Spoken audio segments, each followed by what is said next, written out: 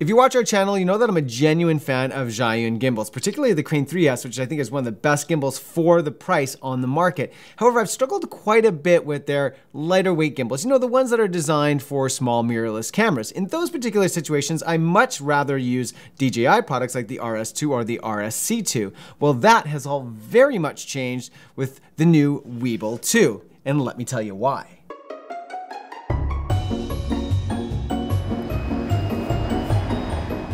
Gone is the flimsy design. The 2 is built rock solid, yet way lighter than it looks. It's faster. You no longer have to remove this to place it here. Boom, quick release, slingshot handle. It's more intuitive. The new touchscreen monitor makes operating and adjusting a dream. It's adaptive, every mode that you'd expect, and a portrait mode for your social media inclinations. What good is all that if your motor is an unreliable letdown?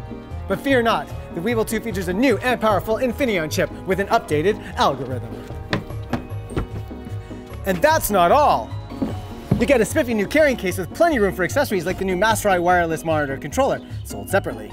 But this isn't an advertisement. No, this is a review. So let's discuss some points that go beyond the marketing speak. Okay, we're gonna go through all my likes and challenges, first up being the brand new LCD touchscreen. If there's one thing that infuriates me about using really any gimbal, is oftentimes having to navigate all the settings and controls via some small little LCD screen, or heaven forbid, no screen at all. The Weebill 2 powerfully does away with the frustration by providing you with a full touchscreen graphical experience. You can easily control and modify your gimbal's performance, and I found the layout to be super intuitive and straightforward with ample options for fine tuning. This is the easiest gimbal to operate I have ever used by light years. Next up are the motors. Now every new gimbal in the market is going to boast new motors and a new algorithm. But with the Weebill 2, I could actually perceive the difference. It handles much more responsively and fluidly than any of its predecessors. And the advantage with the smaller gimbal is, of course, mobility. And the Weebill 2 feels very easy to move around fluidly in space.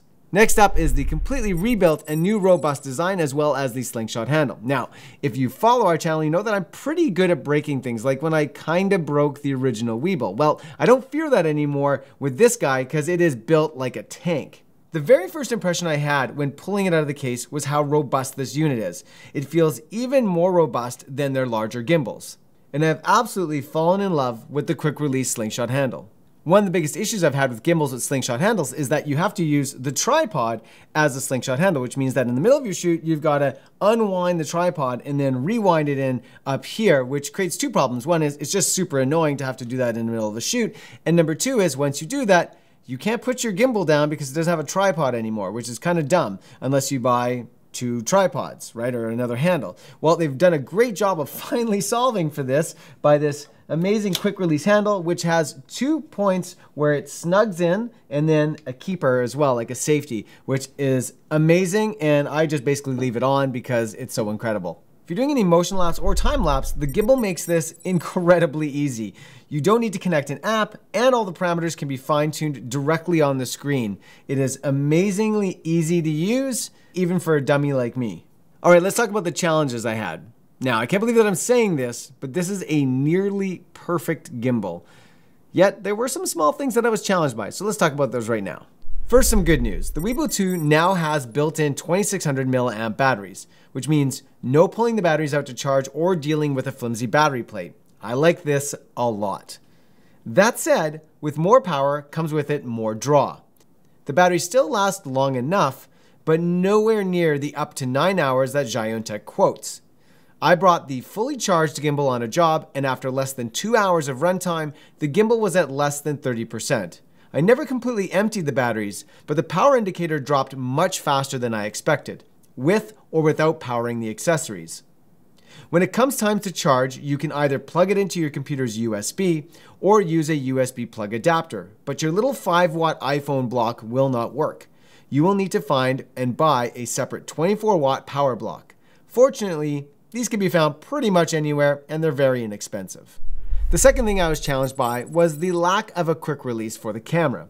Almost all modern gimbals now have a quick release plate that lets you take the gimbal on and off without having to rebalance. And I'll be honest, this gimbal is super fast to balance, but I've definitely gotten used to this with other comparative gimbals. Strangely enough, the riser plate looks like the QR plate from their other gimbals. which made me think that it did somehow have the ability, but it doesn't. I've always had a bit of a love-hate relationship with gimbals, but the Weebill 2 is definitely changing that. It is zhiyun-tech's most well-built, reliable, and easiest to use gimbal that I have ever used. And coming from me, guys, that says a whole heck of a lot. And that's it for today. Thank you so much for watching. As always, please subscribe to this channel for more videos like this and comment in the comment section below because the algorithm. And that's it for me. Thank you so much for watching. Go out there, have some fun. Happy shooting. Peace!